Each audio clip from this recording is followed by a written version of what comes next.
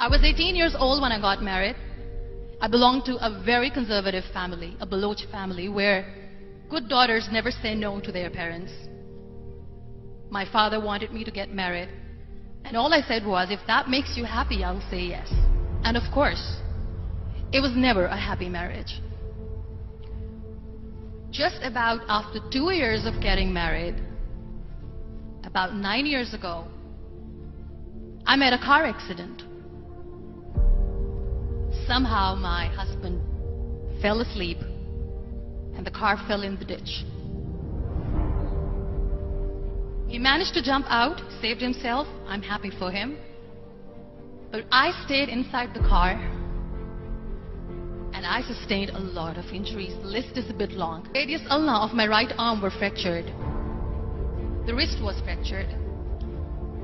Shoulder bone and collarbone were fractured. My whole rib cage got fractured. But that injury that changed me and my life completely was the spine injury. Many people came to rescue. They gave me CPR. They dragged me out of the car. And while they were dragging me out, I got the complete transection of my spinal cord. Those 2.5 months in the hospital were dreadful. I was at the verge of despair. One day, doctor came to me and he said, well, I heard that you wanted to be an artist, but you ended up being a housewife. I have a bad news for you. You won't be able to paint again. Next day, doctor came to me and said, your spine injury is so bad, you won't be able to walk again. I took a deep breath and I said, it's all right. The next day, doctor came to me and said, because of your spine injury and the fixation that you have in your back, you won't be able to give birth to a child again. That day, I was devastated.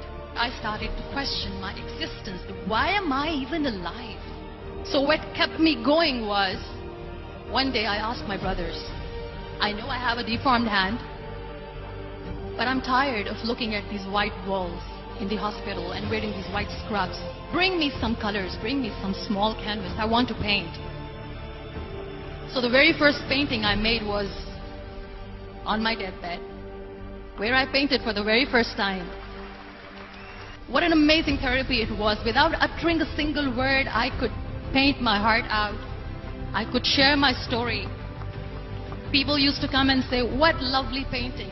So much color. Nobody could see the grief in it. Only I could. And that day I decided that I'm going to live life for myself. I am not going to be that perfect person for someone. I am just going to take this moment and I will make it perfect for myself. That I'm going to fight my fears. So I wrote down one by one all those fears.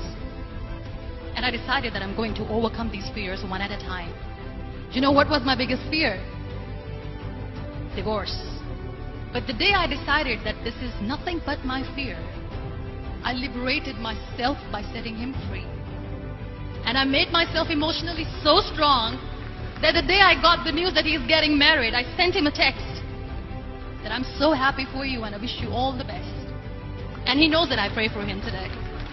Number 2 was, I won't be able to be a mother again. And that was quite devastating for me. But then I realized there are so many children in the world, all they want is acceptance. So there is no point of crying, just go and adopt one. And that's what I did. I gave my name in different organizations, different orphanages, and I waited patiently. 2 years later, I got this call from a very small city in Pakistan. I got a call and they said, are you Muniba Mazari? There is a baby boy and would you like to adopt? I could literally feel the labor pain. I said, yes, yes, I am going to adopt him. I am coming to take him home. And that day, Niall was 2 days old, and today he's 6. You know, when you end up being on the wheelchair, what's the most painful thing? People think that they will not be accepted by other people because we, in the world of perfect people, are imperfect. I started to appear more in public. I started to paint. I have done a lot of modeling campaigns. I decided that I'm going to join the national TV of Pakistan as an anchor person. I became the National Goodwill Ambassador for UN Women Pakistan, and now I speak for the rights of women, children. I was featured in BBC 100 Women for 2015. I'm one of Forbes 30 under 30 for 2016. We have this amazing fantasy about life. This is how things should work. This is my plan. It should go as per my plan. If that doesn't happen, we give up. I never wanted to be on the wheelchair. Never thought of being on the wheelchair. This life is a test and a trial, and tests are trials are never supposed to be easy. So when you're expecting ease from life,